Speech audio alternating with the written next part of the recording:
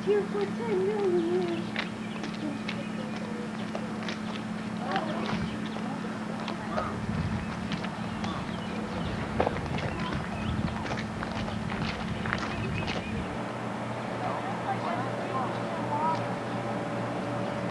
The old place, the largest in Louisiana. There's David saying hi.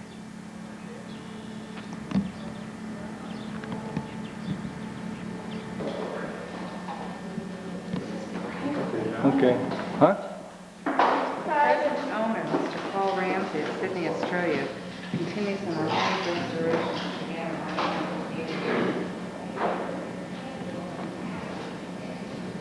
We feel that Mrs. Randolph's personal touch to the home is shown. Cornelia had said in her diary that her mother was a lover of fresh flowers. If you'll excuse me, I'm going to stand over here.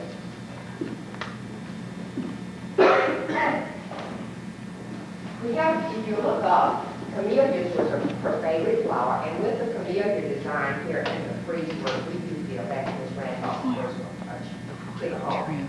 The dining room table and the server on this wall, they're both mahogany, 1845 American Empire. You notice the size of the cloth feet you're standing against the table. These are just enormous. The chairs are reproductions, and they were made especially for the dining room. They're not copies of each that Chippendale and Carr. The service on the table is cast porcelain. Each plate and each one of these serving pieces has a different scene painted. There are no two pieces of this that are alike. If you'd like to step up and take a closer look, we do ask that you not handle it. This particular pattern was made for French royals.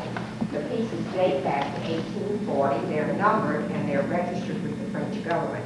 Now, these plates, and I'll pick one up and show you, are sitting on 24-karat gold over silver servers. They serve their food then on warm or hot plates, and these gold servers were used like placemats. Just behind this door is a hallway that runs across here. There's a set of stairs that goes down to the ground floor.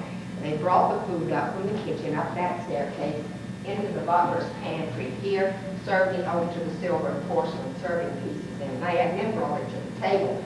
And this little gadget here, and if y'all can get, yeah, they can see now. This is an American plate warmer, and it's made out of tin. They would put their plates in here, close the door on the front of it to hold the heat in, and there's no back on it. They'd set it over in front of the fireplace, and with a nice roaring fire there, in just a few minutes you'd have warm plates to serve your food on. Now there's a hole in this fireplace, and every fireplace in the home had one. They've all been closed on account of the central air and heat. That's an ash chute. The ashes went down through that to a catch on the ground floor, emptied them down there, and didn't have to carry the messy ashes out across the carpeted rooms. The bedrooms, the hallway, and the staircases had wall-to-wall carpeting. There was tap velvet and tap Brussels.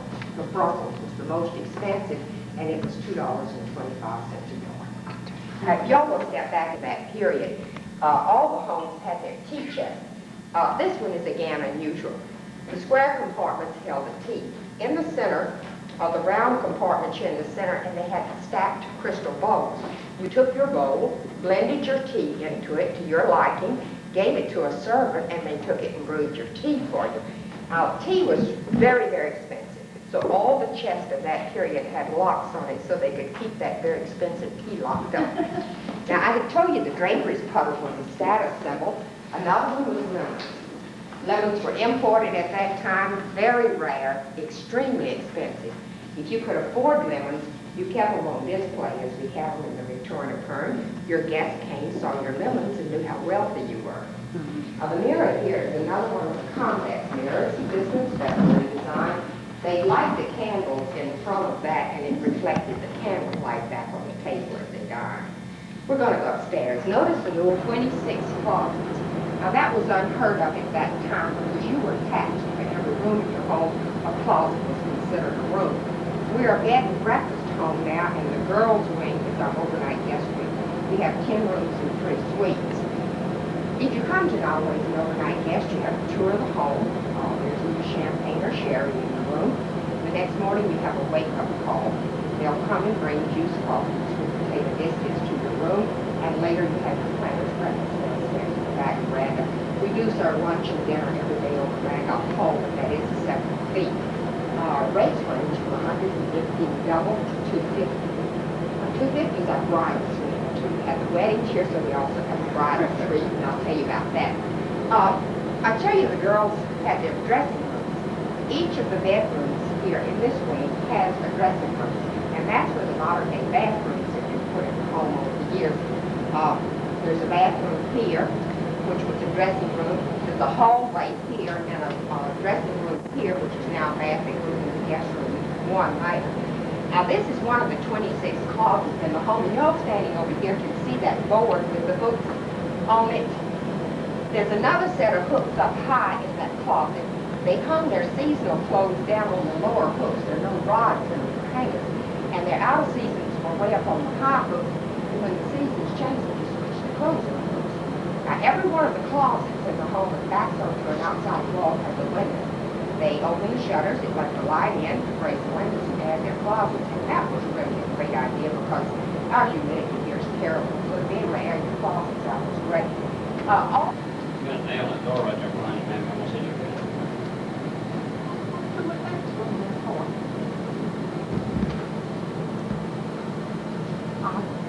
They had a Christmas wreath hanging on that, and I didn't know what that was for.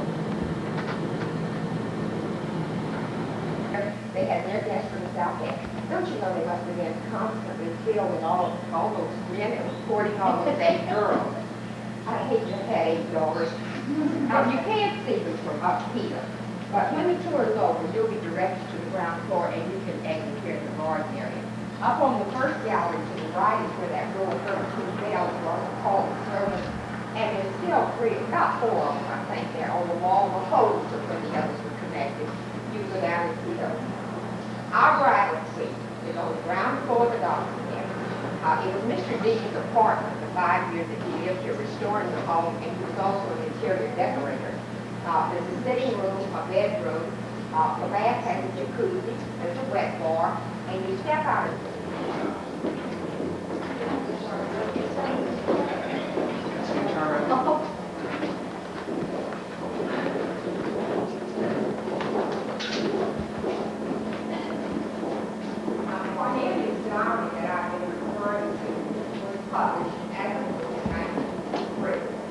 She is tied to the White House in Louisiana and signed her name for any Randolph World back with him or Alpha. She had 50 copies made and gave them all away. Never played. There was a copy in the rare books division of the LSU. The Louisiana Library Association published Cornelia's book just this past year. I don't know if you'll get down in time if the tour's over, but we do have copies in our next time. I don't know if I'll get you down before it's closed or not. Now, this is the largest of the 200 windows in the home. We're going to raise it and walk out into the kitchen.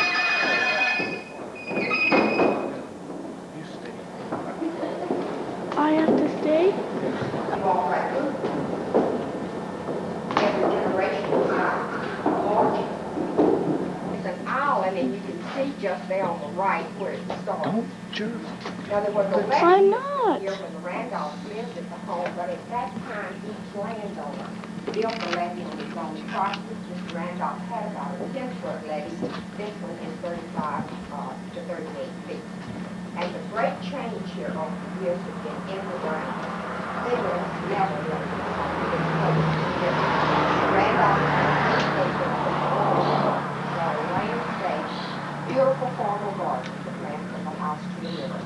Cornelia describes the depth in her diary. In the last century, the Mississippi River has kept moving this way, and we've lost 6.5 acres of that original lawn to the river. There's a curve just here in the river. Those currents flow around it very swiftly back into the riverbank right here in front of the home, and that's what caused that erosion over the years. Where that little handrail is sticking up way up where that path goes up on the levee is where there's a dock. The paddle wheelers drive out there, just like they did when the Randolphs lived here, but today it's They stop and their passengers get off from the visiting. And they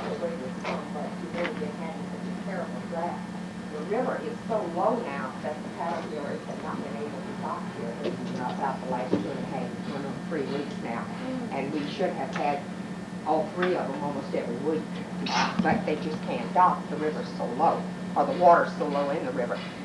This gate system here, those 2 small gates are the ones I had pointed out to you in the painting downstairs. The original pedestrian gate, the Randolph painting gate system. And the original system would have been out here in front of the home, directly in front of 8 acres out. The gallery railing, you'll notice it's iron, but there's a wooden handrail. They used the wooden railing because the iron would have been hot to the touch in the summer, cold in the winter. The columns and the shutters on the home are all the original, and 90% of the window panes are. The real wavy ones like these and the pieced ones like this are the originals. Glass was very hard to come by. If they broke it, they salvaged what they could, and they did piece them up. We're going to the first room on the right, the Lord, and they were 2 of the better-known furniture makers in New Orleans at that time. You'll hardly visit in a home south of Natchez that won't have 1 or more pieces of especially Lord's furniture in it. The home is heated by coal. We put the grates and charcoal back here. Many of our younger guests have never seen a coal fireplace. They do look bricked up, but they've drawn through that area right at the top if you're not familiar with coal heat. I've been referring to the chandeliers in the home as gasoliers, and these are again the originals here and in the adjoining room. All the sconces over all the mantels are the original gas sconces. Now the home was lit with an acetylene-type gas made from a canister carbide that was shipped off to New Orleans. The plant was just out to the front and the left of the swimming pool. It was a huge type well-type thing built to the ground. Pipe the gas into the house in copper piping, and this is what controlled the flow of the gas to these 2 particular lights that look like this little gadgets here to control the flow of the gas. Put electricity in the home in 1918 after Dr. Owen had bought it. This is one of 2 rooms in the home that has the original furniture and the other than that. This room was Mrs. Randolph's morning sitting room. This furniture has never been out of the home except to be restored. It has been here through all of the owners. Mr. Dees did send the furniture